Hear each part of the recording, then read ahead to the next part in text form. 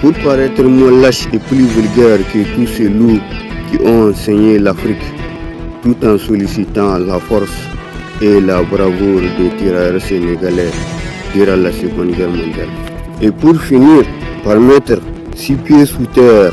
tous ceux qui ne sont pas pour la démocratie divertissante et colonisatrice de tous les enjeux stratégiques de l'Afrique. Pour mettre 6 pieds sous terre tous ceux qui ne sont pas pour le déclin de la civilisation africaine, tous ceux qui ne sont pas pour l'homosexualité, tous ceux qui ne sont pas pour le déclin de la civilisation universelle. Je suis un enfant du Sahel et en tant qu'enfant autoproclamé du ghetto,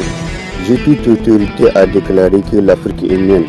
J'ai aussi toute autorité à déclarer que mon pays n'appartient pas à la coopération parasitaire du mouton avec la démocratie européenne et que le mouton ne représente que le désir délirant du néocolonialisme occidental. Et sachez aussi que j'ai un sentiment de peine et de fierté vis-à-vis du panafricanisme aguerri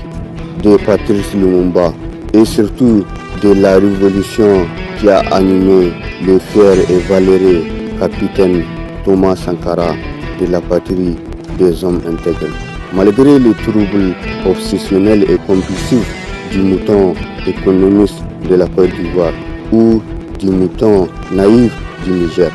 qui a corrompu sa conscience ou surtout du mouton qui a compromis la politique sénégalaise qui s'est prostituée pour les champs de la démocratie française et européenne. Malgré les chants de l'espoir du droit de l'homme, malgré les délires de la communauté internationale,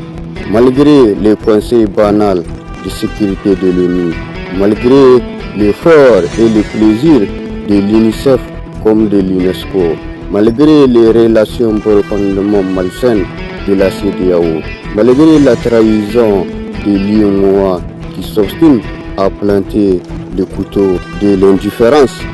dans 14 pays de l'Afrique, et même si le cœur de l'Afrique pourrait craquer, et même si récemment un mouton mignon a eu la sagesse de montrer au monde entier qu'il est un humaniste accompli, malgré les grès du berceau de la francophonie meurtri par une politique gémofoutiste et esclavagiste. Même si le vieux mouton au traumatisme profond a berné le Cameroun sur les bien fondés de sa politique archaïque et machiavélique.